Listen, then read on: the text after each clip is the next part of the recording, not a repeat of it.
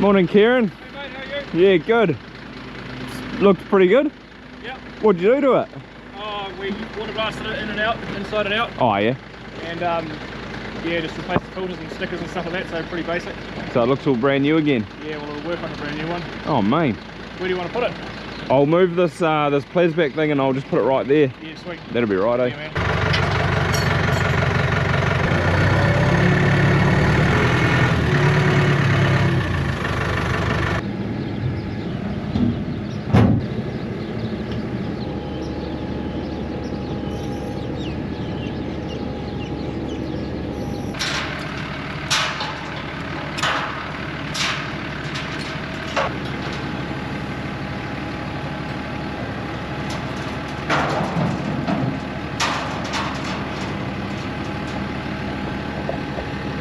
Look at that, too easy.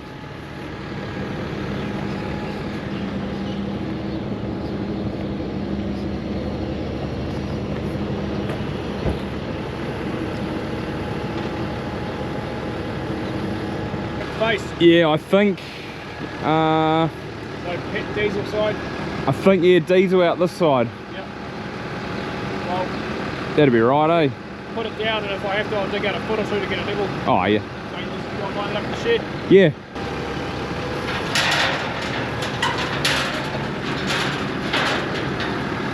Not that bad actually. Nah, I think there's a concrete pad under there, so. You dig those two feet out at the bottom, but otherwise it's pretty straight. Oh, I don't know, it looks pretty good to me.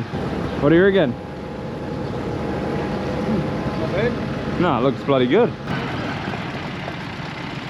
Hannah, good morning everyone, welcome back. We did have a bit of a change of plan. Dad wanted to put it there behind the shed, which is probably a good idea. It's just a little bit more hidden from the road, but just another thing ticked off the wish list. So we've bought a diesel tank. It's a second-hand one. We bought it off another farmer sort of like 20 minutes away. So Kieran actually picked it up from there. They took it back to the yard. They washed the inside of it out, or water blasted the inside. They put some new stickers on like he said, and just gave it a bit of a love up, new filters. So it is good to go. Just need to get it filled with fuel now. It's actually a split tank, so you can see the double filters there. So there's diesel in that side and petrol in that side, and there is 380 litres of petrol to 910 litres of diesel. Tank was 2015 built, so it's only 10 years old, and it looks really good. It looks almost brand new, so very excited. This is far better than having to take drums into town and get them filled up with diesel. So I think Dad inquired about getting some petrol through Farm Source, our local farm store, and you can either get it to two providers, Waitomo or someone else, and I think the other person was 5 cents cheaper, so I'm not sure who he's going to go with. Probably the cheapest one, as Kieran said before when we were speaking to him. He said it all comes from the same place, the fuel, so just buy the cheapest stuff you can. I'm so stoked. It's going to be so much easier filling stuff up now, not having to go to town so often. Fast forward a day, I didn't get a chance yesterday, but I've cut this paddock here for silage. It's one of the calf paddocks. It's not very big, but it was just to tidy it up. I've done that one there as well, just below the feed pad. Oh, there's the rake there. He's up at the tractor shed paddock.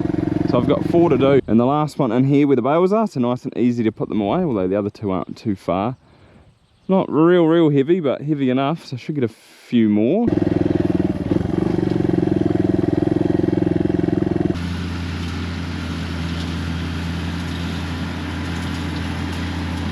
There's only about 4 hectares to do. This is fairly small paddock. This might be a hectare. Oh, maybe not quite that.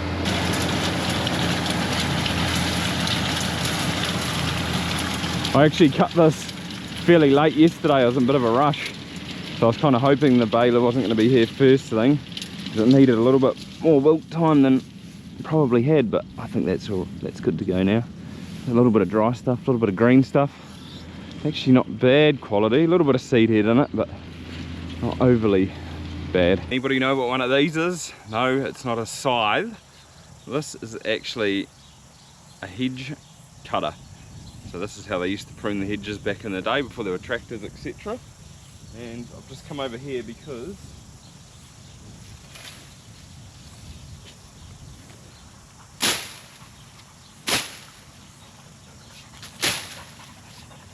not a very sharp hedge cutter.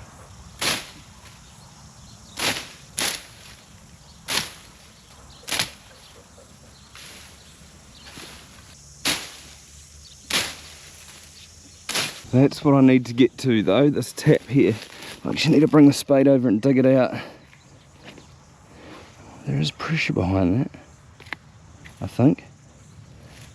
Just going to undo it and see if there's any water coming out of there. Actually need to undo it and see how fast there's water coming out of there. One of every farmer's worst nightmares during summer is water, getting enough water to the cows, and we've just got a water problem at the moment. I think there's an airlock in the line somewhere. So all our water on the farm is actually gravity fed. It's pumped out of the ground with a bore up at home over there. And then there's a feeder tank because that's the highest part of the farm. And then it feeds all the rest, or all the troughs on farm, down this way just through gravity. So it goes down to the bottom stuff pretty fast. And even these ones, which are probably only maybe 15 meters lower, 10 meters lower, like it still comes into here. But at the moment, this line here is not working particularly well. There's barely any water going to the deer block. I'm just trying to figure out why. I've actually hooked a pressure pump on the line by the tank there, so we're pumping water down it, and it's still not having a great effect, or as much as we thought it would. Oh, Lockie's here in the baler. It's kind of hoping we wouldn't get more than 8 in here, because I can get 8 on one trailer load. Although, more the better, I guess, in the scheme of things.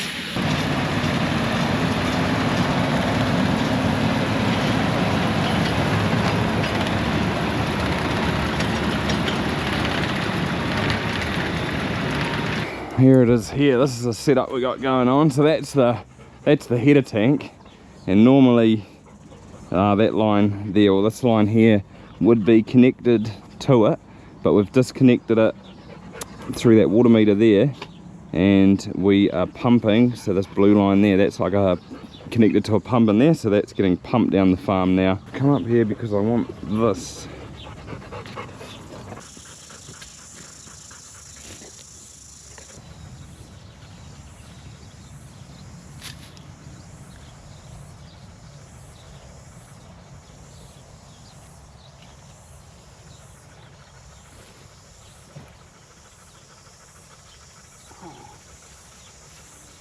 Stuck on there. That's not very fast. No, we need to run the, blow some bubbles back there and clear the line. Yeah, well that's why it's not going very fast, obviously. So that's as fast as running into the trough. Should be going faster than that though. Yeah. Go and jump in the trough now. Here, have a drink. Have a drink. Yeah, up here. Yeah, yeah.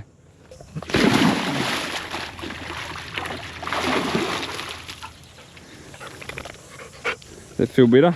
Yeah, something's not quite right because it should be going faster than that.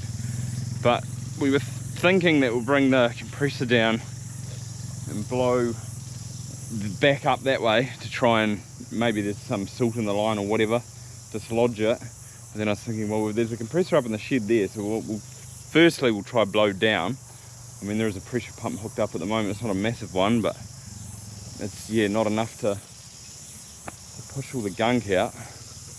Try and blow it down before we bring the compressor down here anyway, see what happens. Ended up with 6 in there. Perfect. Are you making progress? Yeah. Looks like you've got it. Bloody plastic. You got a big day ahead of you. You got a fair bit of plastic on the front there. Yeah. See a few bales worth up here.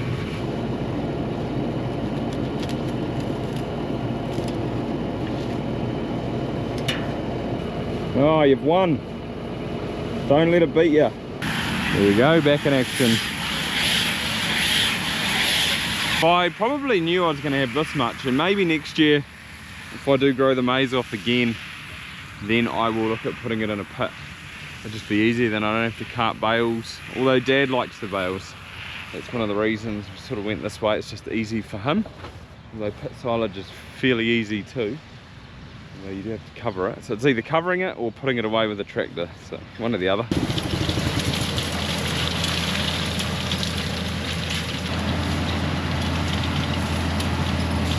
I gave Lockie a bit of a warning there. She's fairly bumpy in here. I have earmarked this one. I would quite like to put this one into maize next season. Just it's not too bad up here where it's a bit ashy. It's just that it's kind of peaty in there, and that's real bumpy where those stumps have rotted. But this grass is absolutely bang on now. Still a little bit green underneath, but it has wilted up nicely. Yummy.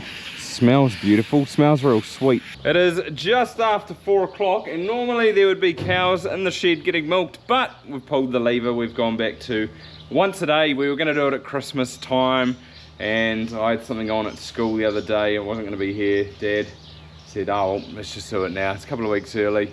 Thought we might as well do it. The cows are milking well, and they should transition over pretty good. And they've dropped a little bit, and we're actually sitting under on a day-to-day basis at the moment compared to last year, but I'm not too worried. Like, they're still going to get adjusted. I have heard people say it takes them about a week to sort of come right, but it is so much nicer not having to milk, especially in this heat. It's going to be a bit different next year, having the bigger shed or the shed extension done, just being able to spend way less time in the cow shed. I'm actually contemplating whether we're going to milk twice a day again next season. But I'm contemplating whether we do the young cows as well. Maybe not right up till Christmas, but if we could milk them just twice a day early on and try and utilise some early milk, it would certainly help. So I'm just, yeah, deciding about that at the moment, although I've got a little bit of time to make up my mind. I might do another video and let you know how we got on and sort of production and things like that. I'll get Dad on as well. But while I was doing a few other things, he has put that line back together, so he actually blew air down it, and there was a bit of rust that came over out there, or a bit of brown water. He said this line's never been blown since he put it in probably 20 years ago, and since then it's been going about twice the speed. That's a good sight though. This trough was empty this morning, so there's water in there again. That one's full and that one's not quite. Well, this is where the cows were drinking. You can see it's brown. That'll be from the iron when he blew it through. If I press the bullcock down, it is good. It's still got to fill that bottom one up too. 12, 14, 16, 17. So I think he got 36 or 38 bales to go and chuck them away, although the tractor's got no diesel in it. I think Dad said he's filled out the form to get the truck here. It's just whenever they come. It might be a couple of weeks away before they fill that tank, not sure. However, I think it was the last video I said that the maize was up to the second insulator and we want to get it fence high by Christmas. Well, it's been only about 10 days and look at that. It is probably at the top of the fence now, I would say. It's pretty much bang on there, yeah. I haven't been loving this heat, but this maize certainly has. It is a tropical plant and loves heat units, and it has been fairly moist as of recently, so ideal conditions for growth. Check out this sweet corn. While I'm here, it's pretty obvious. 1, 2, 4, yeah, these ones here. It's a little bit lower than the rest. Looks really good. Looks really good through there. So 1, 2, 3, and 4 rows. Beautiful. There might be the odd maize plant in there. See, some of them are a bit higher. Well, maybe not. That was all sweet corn. However, that will pretty much wrap this video up. I think I might go and join the kids for a swim. So apart from that, thanks for watching and I'll see you next time.